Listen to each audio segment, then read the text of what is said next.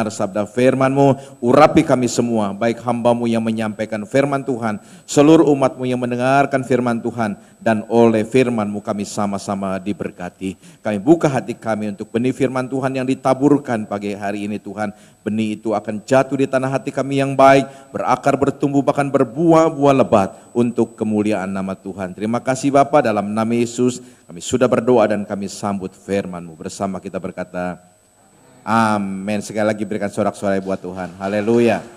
Silakan duduk saudara, shalom. Selamat pagi, luar biasa anugerah Tuhan, amin. Baik saudaraku, hari ini kita akan sama-sama belajar dari firman Tuhan. Di mana Tuhan Yesus mengajarkan kepada murid-murid, kepada banyak orang dan kepada kita semua, bagaimana kita harus berdoa. Di dalam Injil Matius pasal yang ke-6, ayat 9 sampai dengan ayat yang ke-13.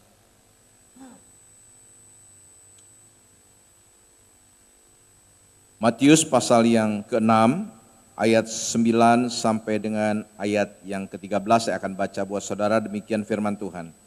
Karena itu berdoalah demikian. Bapa kami yang di sorga, dikuduskanlah namamu, datanglah kerajaanmu, jadilah kehendak-Mu di bumi seperti di sorga. Berikanlah kami pada hari ini makanan kami yang secukupnya, dan ampunilah kami akan kesalahan kami, seperti kami juga mengampuni orang yang bersalah kepada kami. Dan janganlah membawa kami ke dalam pencobaan, tetapi lepaskanlah kami daripada yang jahat, karena Engkaulah yang mempunyai kerajaan dan kuasa dan kemuliaan sampai selama-lamanya. Amin. Saudaraku, dalam pasal yang ke-5 sampai dengan pasal yang ke-7, ini adalah khotbah Tuhan Yesus di atas bukit. Kalau saya mengamati dan kita melihat dari Alkitab bahwa pasal 5, 6, dan 7 ini, Tuhan mengangkat 12 tema khotbah. Saya tidak tahu berapa lama Yesus berkhotbah. Tetapi yang pasti dari pasal 5 sampai pasal yang ke-7, ini ada 12 tema. 8 ucapan berbahagia tentang terang, tentang garam dan terang, tentang hukum Taurat dan Yesus yang datang pada saat itu, tentang memberi sedekah, tentang berdoa, hal berdoa, yang ini pasal yang ke-6. Tentang hukum Taurat tadi ya, tentang mengumpulkan harta, tentang kekhawatiran, janganlah kamu khawatir tentang hidupmu, apa yang kau makan, kau minum, kau pakai. Tentang menghakimi, khotbah tentang pengabulan doa, pasal yang ke-7.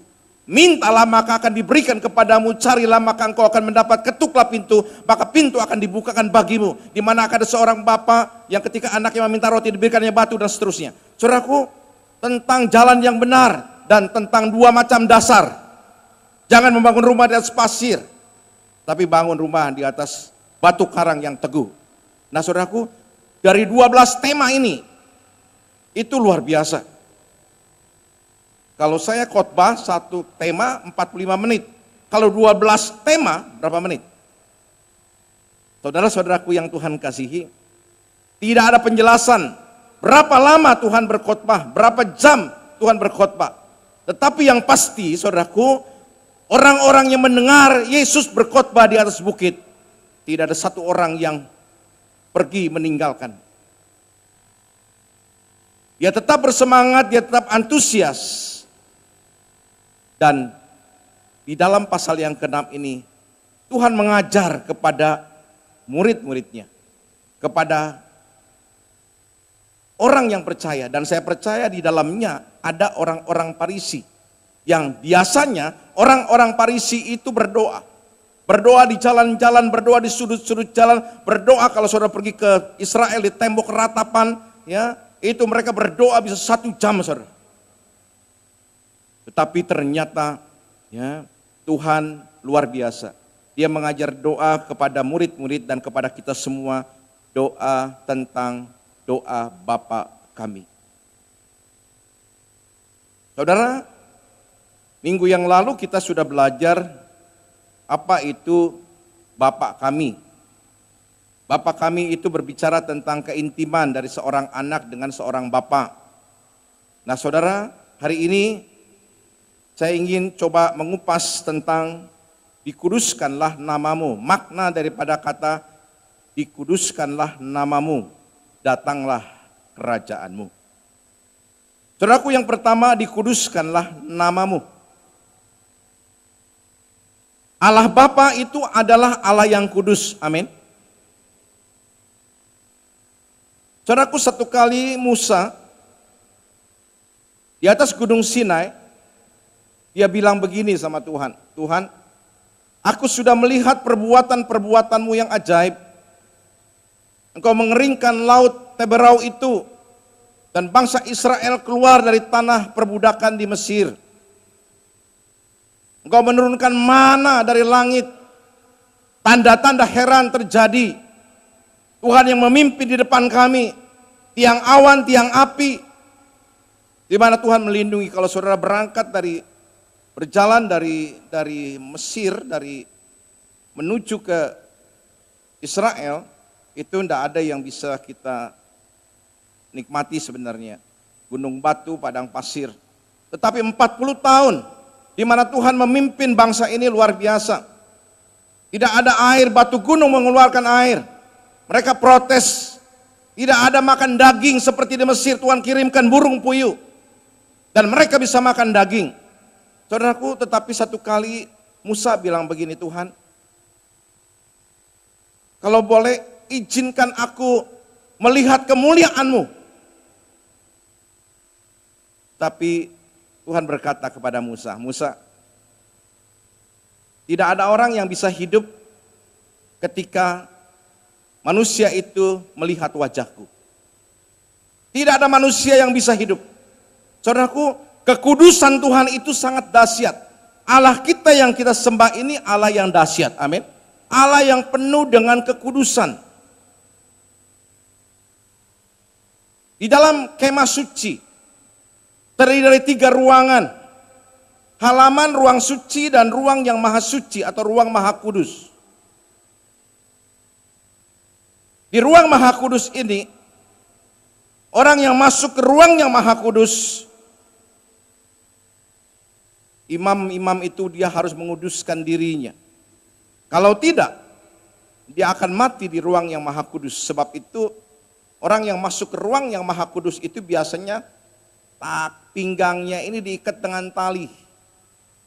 Dan jubahnya itu ada ronce-ronce dan bunyi krining, krining, krining. Ketika keriningnya berhenti berarti dia mati.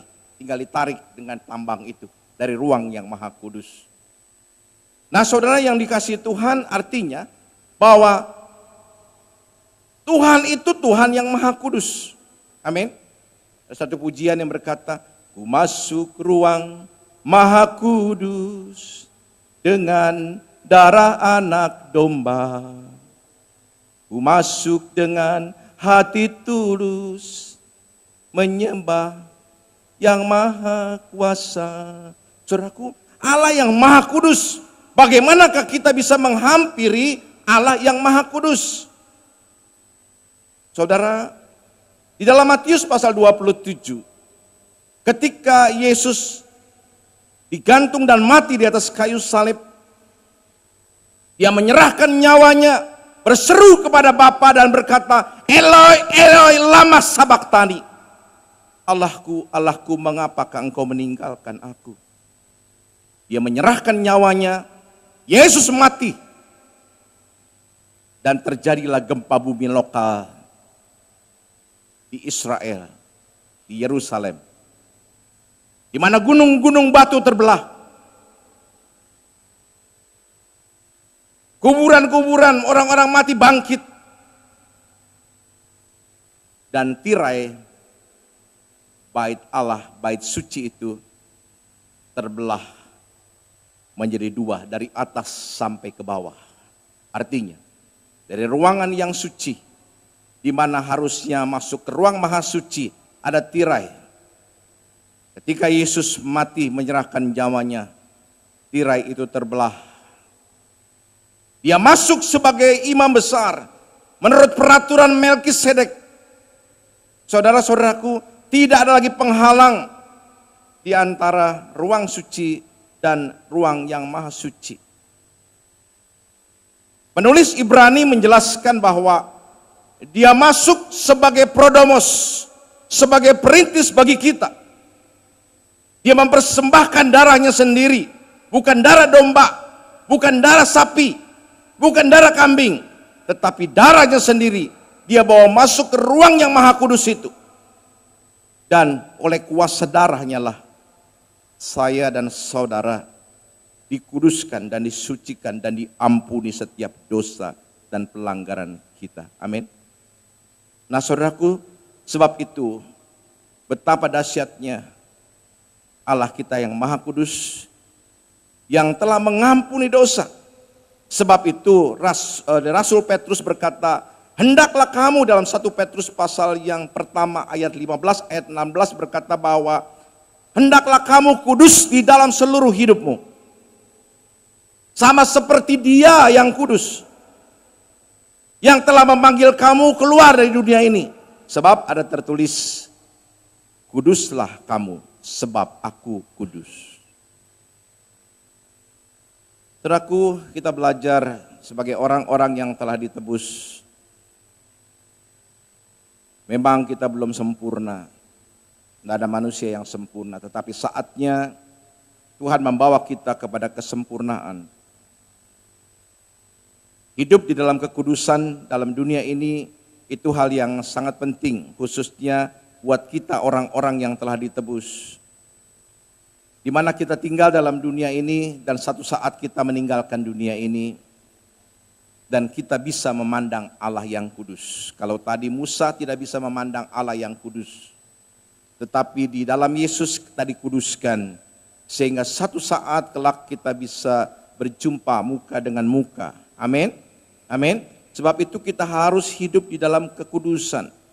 Matius pasal 5 ayat yang ke-8, di dalam ucapan 8 ucapan berbahagia adalah salah satunya adalah berbahagialah orang yang suci hatinya, karena mereka itu akan melihat Allah. Artinya tanpa kesucian, tanpa kekudusan, kita tidak mungkin bisa memandang Allah. Lalu masalahnya bagaimana? Penghalangnya bagaimana? Kalau saudara membaca 1 Petrus pasal yang pertama secara keseluruhan, itu luar biasa. Bagaimana kita ini menyebut Dia Bapa, memanggil Dia Bapa. Ya, minggu yang lalu kita sudah dengar khotbah tentang Bapa kami yang di sorga. Tidak ada agama dalam dunia ini yang berani memanggil Allah itu Bapa. Coba saya cabutkan agama apa yang berani memanggil Allah itu Bapa. Tapi hanya agama Kristen, kita semua, kita dilayakkan memanggil Dia ya Abba, ya Bapa. Ya, Galatia pasal yang kelima pasal 4 ayat yang ke-7 berkata, engkau bukan lagi hamba tetapi melainkan anak. Sebab itu engkau memiliki hak waris dalam kerajaan sorga. Amin. Kita punya hak waris karena kita memanggil Dia Bapa, kita adalah anak, Dia adalah Bapa. Sebab itu kita punya warisan. Kalau saya mati, rumah saya, mobil saya, semuanya itu menjadi warisan untuk anak saya. Nah saudara-saudara yang Tuhan kasihi, bagaimana kita bisa memanggil Dia Bapa? Yaitu Dia tanpa memandang muka yang menghakimi semua perbuatan-perbuatan manusia. Maka itu hendaklah kamu hidup dengan ketakutan dan gentar selama kamu hidup menumpang dalam dunia ini. Artinya kita hidup di dalam kesucian, di dalam kekudusan. Hari ini heboh itu sering saya khotbahkan sebenarnya. Mungkin lebih dari 10 tahun yang lalu saya sudah khotbahkan tentang LGBT. Lesbian, gay, biseksual, dan transgender. Hari ini tidak lagi ditutup-tutupin, semua terbuka. Lesbian, Kemungkinannya, ini kemungkinan saja, karena di jemaat di Geraha Raya itu ada salah satu penyidik dari kasus Mirna. Salah satu penyidik itu ada di jemaat di cabang Petamburan yang ada di Geraha Raya. Nah, dia berkata, dia bilang, Om, kemungkinannya itu, ya, Jessica dan Mirna ini apa ya, bukan menghakimi ya, tapi ini kata dia gitu. Kemungkinannya ini adalah lesbian. Begitu dia menikah di sini, dia sakit hati gitu, kira-kira begitu, ya. Saudaraku, gay, ya, biseksual. Kemarin kita heboh dengan satu artis. Saya belum pernah kenal itu artis karena saya nggak suka dangdut. Dan saya juga tidak pernah lihat TV model-model begitu, saudaraku, entertainment begitu. Baru kemarin, ternyata ini terbongkar. Ini yang terbongkar ini baru ketahuan satu. Padahal ada jutaan orang yang hidup demikian. Satu kali saya di Australia ketika saya pelayanan di Sydney. Lalu hari Senin atau Selasa saya sempat jalan di Opera House dengan keponakan saya, anaknya Pak Halim di sana. Lalu saya jalan di Opera House di pinggir pantai. Betapa kagetnya saya ketika lihat orang sedang pacaran gitu. Tadinya sih nggak kaget, pacaran biasa, pelukan begitu. Saya lihat dari belakang. Begitu saya muter ke pantai, kaget juga. Ternyata yang sedang pelukan dan ciuman itu cowok sama cowok.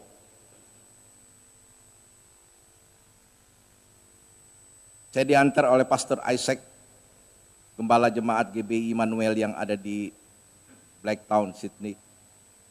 Dia bilang begini, Pak Hengki, nggak usah kaget. Di sini mah udah biasa, cowok sama cowok, cewek sama cewek. Itu ada gerejanya di sana, gereja kaum homo. Cuma belum secara resmi dinikahkan antara Ulper dengan Hendra, kira-kira begitu. Belum secara resmi. Ya, tetapi sini sudah jelas sekali bahwa ini adalah dosa. Sekarang dosa sudah begitu terang-terangan, saudara. Kitab Wahyu pasal 22 berkata, orang yang jahat semakin jahat.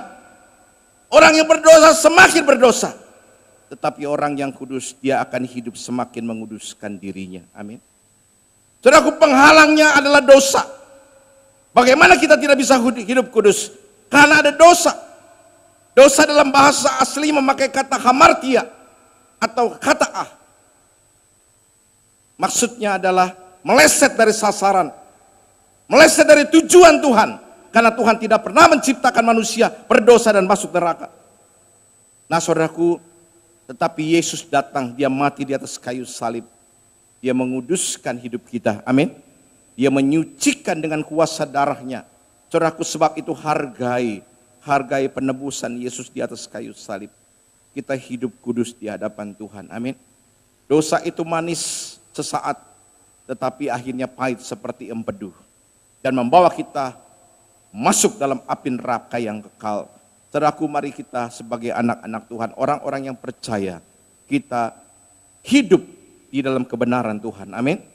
Hidup di dalam kekudusan, saudara-saudaraku, dan sehingga doa Bapa kami yang Tuhan ajarkan ini, dikuduskanlah namamu, dikuduskanlah nama Tuhan di dalam kehidupan kita, amin.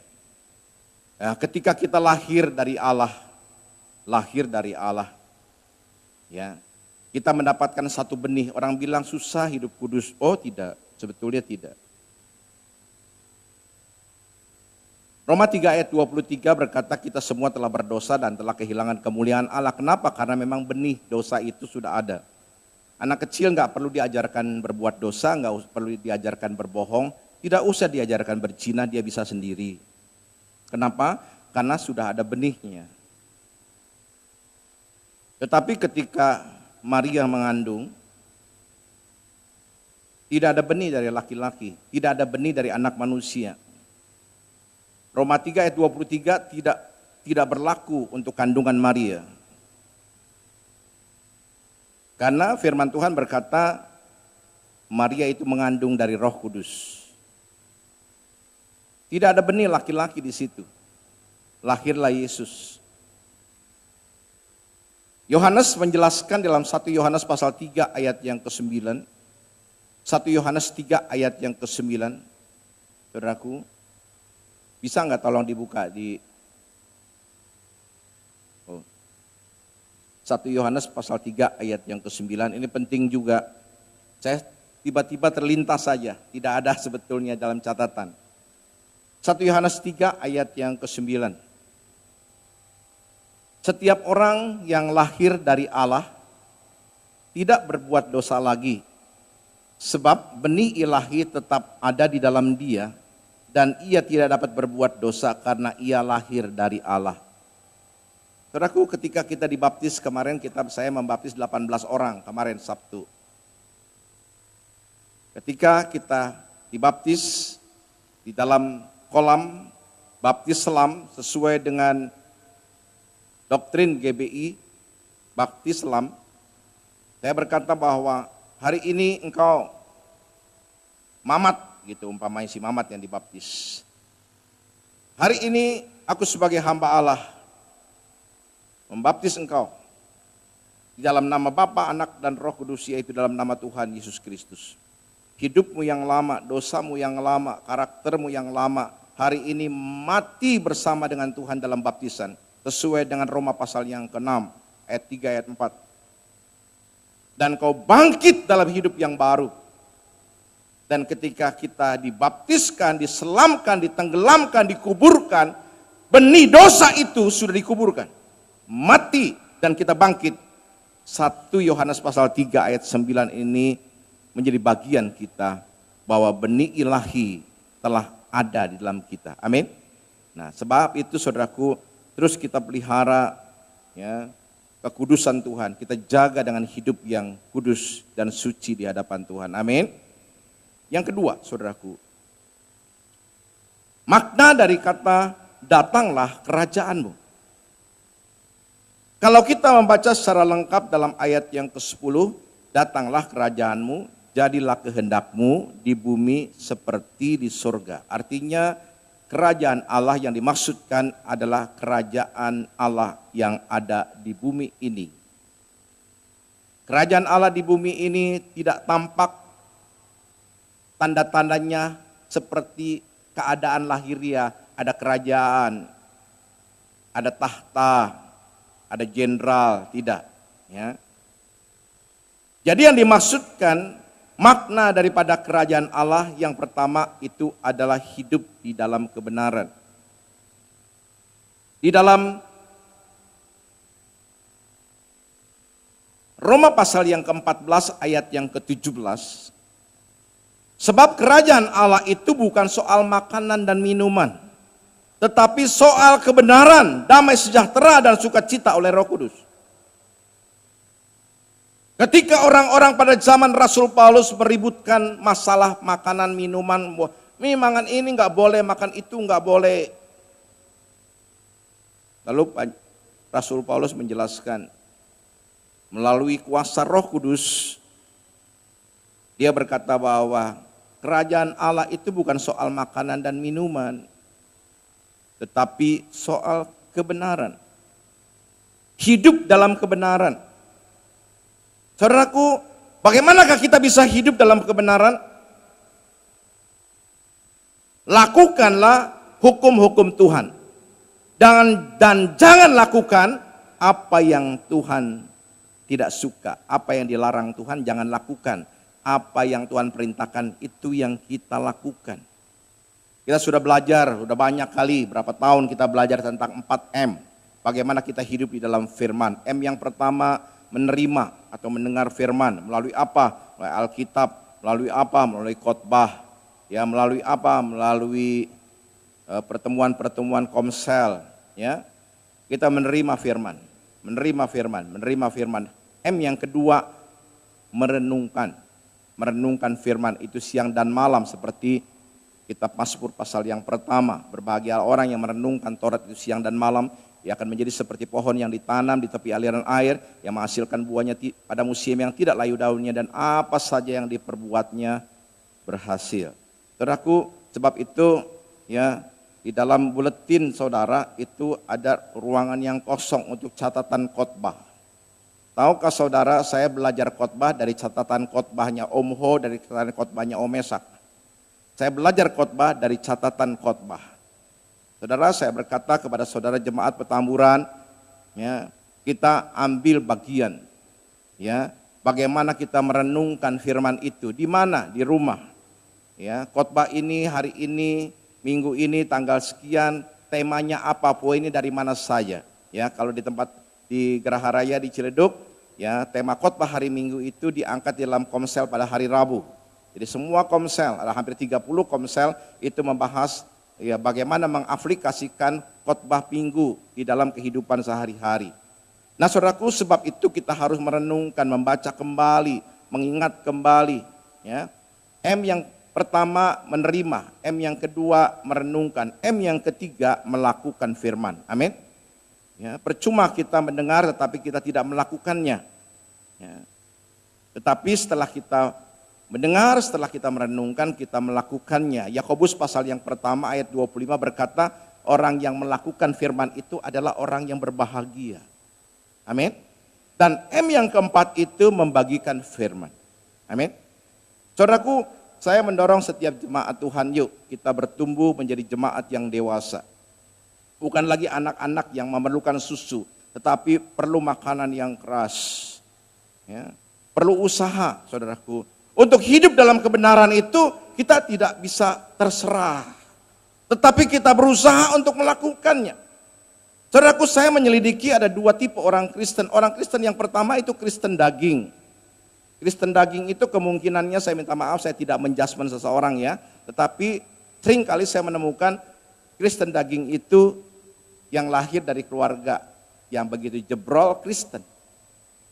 Namanya Kristen, sekolahnya sekolah pendidikan Kristen.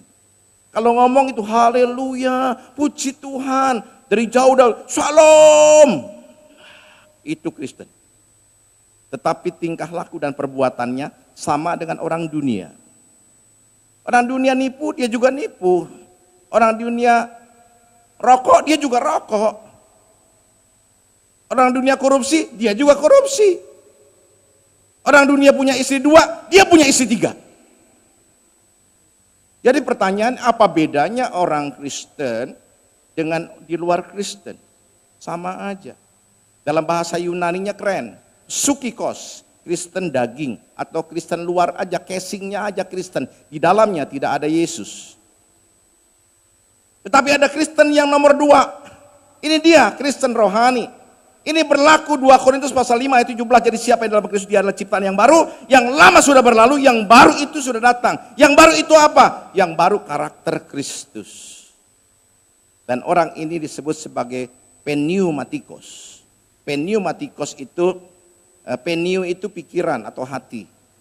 Orang yang punya pikiran, yang punya hati seperti Yesus. Yang mengasihi seperti Yesus. Yang mengampuni seperti Yesus. Orang yang berbagi hidup seperti Yesus.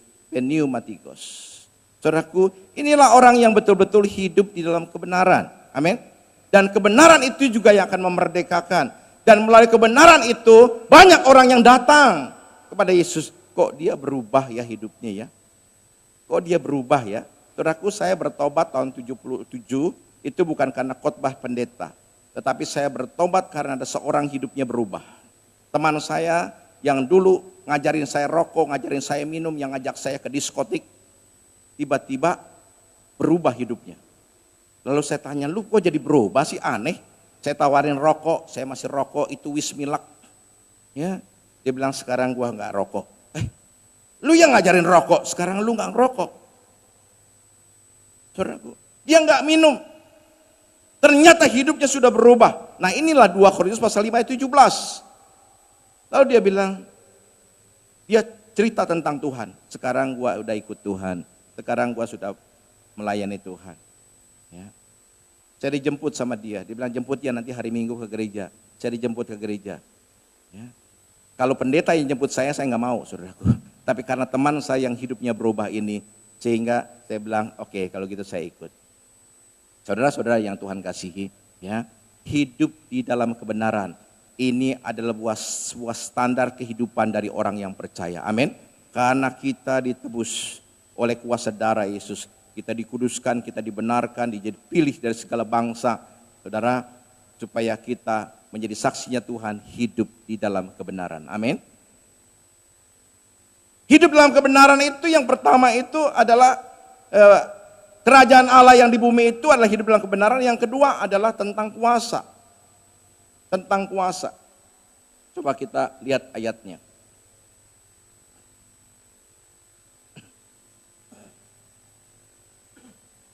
1 Korintus 4 ayat yang ke-20. 1 Korintus pasal yang keempat ayat yang ke-20.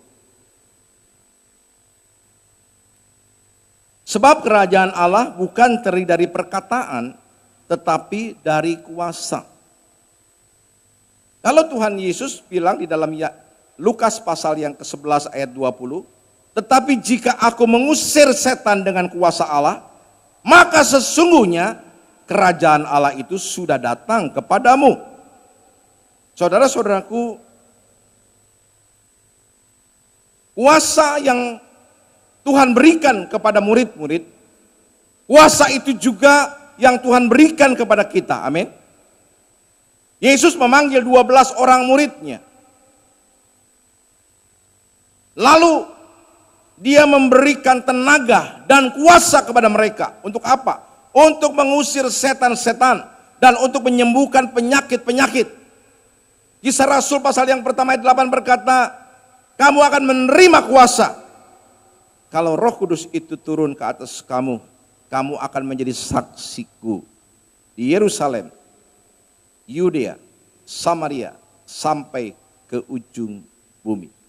Saudaraku, setiap orang diberi kuasa sebenarnya. Tapi masalahnya adalah bagaimanakah kita bisa menghadirkan kerajaan Allah itu? Kita mempraktekkan kuasa yang Tuhan berikan kepada kita. Mendoakan orang-orang yang sakit, mengusir setan-setan dan roh-roh jahat.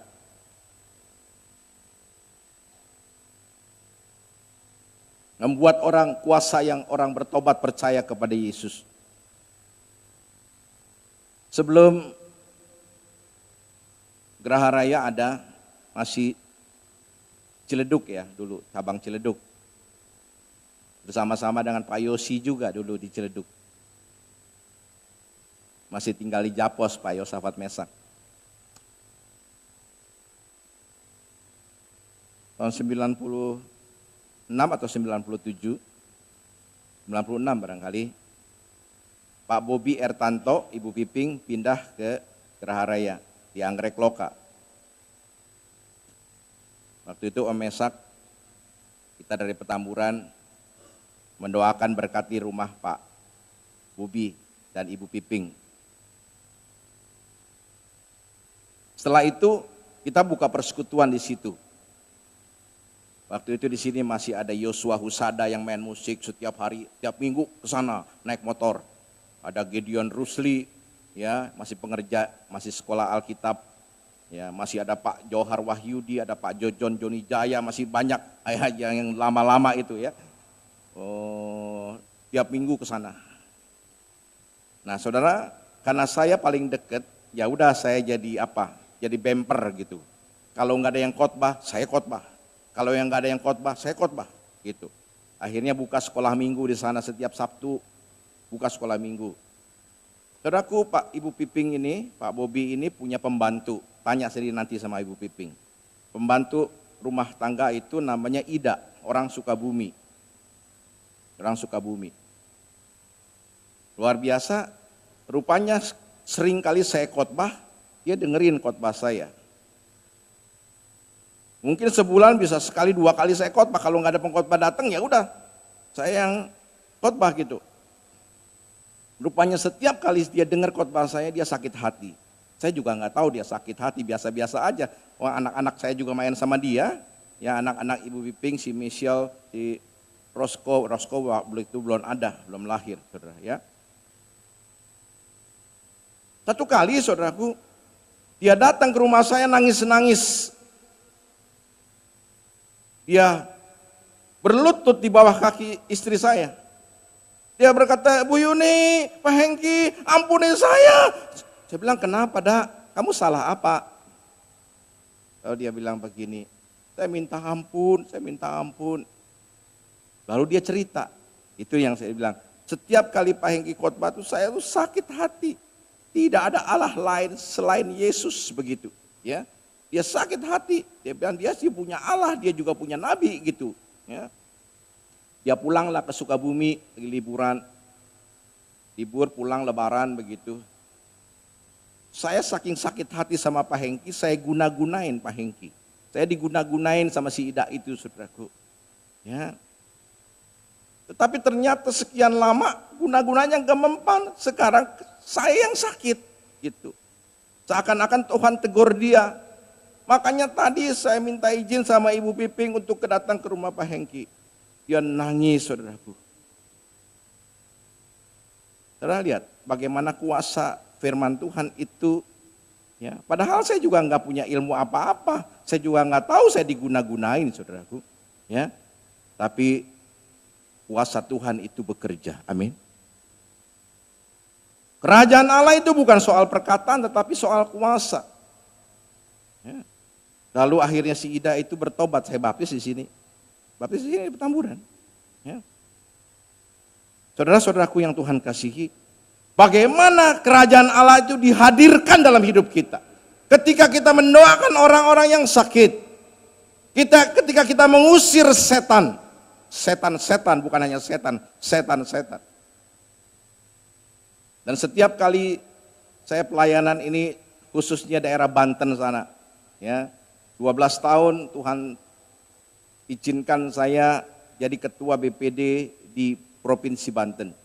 Saya harus keliling sampai ke pelosok, sampai ke ujung Kulon, Merak, Cilegon, Anyer, Labuan, Rangkas Bitung. Daerah-daerah sana itu daerah-daerah sumber daripada kekuatan kuasa-kuasa kegelapan. Satu kali saya melayani salah satu cabang dari Pak Niko yang ada di Labuan. Saya ingat sekali saya datang sama istri saya di satu hotel namanya Visita Hotel. Kalau saudara di Anyer, ya mengarah menuju ke Carita, di sebelah kanan jalan itu ada Visita Hotel. Ya, di Visita Hotel itu saya juga nggak tahu tempatnya di mana ibadahnya, karena ibadahnya pindah-pindah. Itulah gereja Gerakan Bawah Tanah yang ada di Banten ini.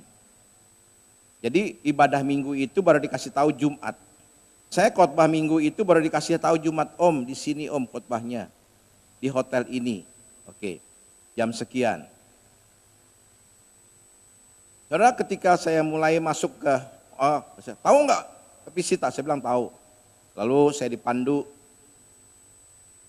Cuma sampai di depan hotel, saya tanya sama tukang parkir. Saya bilang, Mas, di mana tempat ibadah, Mas? Itu kesalahan saya sebenarnya, ya. Tapi kesalahan itu jadi aneh juga gitu. Ya, saya antar ya Pak. Diantarinlah saya ke belakang, sampai ke belakang hotel, sampai di pinggir pantai. Ternyata saya diantar ke musola. Ya, dia bilang, Mas, terima kasih ya, terima kasih. Sudah, saya sama istri saya, wah, ini kita salah nih, ya. Coba saya hubungi lagi. Ya, koordinator ibadah di sana namanya Pak Petrus Siregar. Saya bilang, Pak Petrus, oh iya Pak, langsung aja Bapak masuk ke lobi. Sudah ada yang nunggu di situ Pak. Akhirnya saya balik lagi parkir ke depan lobi hotel. Saya masuk, disitulah sudah ada yang nunggu saya. Di atas Pak, di atas. Jadi ibadahnya spesial. Ruangannya di lantai 2 itu memang betul-betul diredam semuanya. Ya, yang punya hotel itu juga orang percaya, saudara. Ya. Tetapi masalahnya adalah ketika saya sedang khotbah, ini baru 10 menit, baru pembukaan pendahuluan, belum isi khotbah, saudara. Ternyata ada yang teriak-teriak, kerasukan setan di sana. Seorang wanita, anak perempuan, waduh luar biasa, dia teriak, Aduh, sama istri saya, sama istrinya hamba Tuhan itu, saya bilang udah bawa ke ruangan yang lain deh. Bawa ke ruangan lain. Ya, saya khotbah 40 menit, 45 menit setelah selesai khotbah ternyata setannya belum keluar, saudaraku. Ya, sudah didoakan, ada 7 orang dipegangin, nggak bisa, saudara. Akhirnya saya lepas jas, sudah kita bawa ke ruangan itu, bawa ke ruangan ibadah, saudara. Bawa ke ruangan ibadah. Nggak ada satu jemaat yang pergi, mungkin sekitar 80-90an jemaat, nggak ada satu yang pulang. Ya, semua nungguin pendeta ngusir setan. Nah, akhirnya saya bilang, pakai ambil gitar, ambil gitar, kita nyanyi. Ada kuasa dalam darahnya, darah domba. Itu dia mulai melotot-melotot, saudaraku.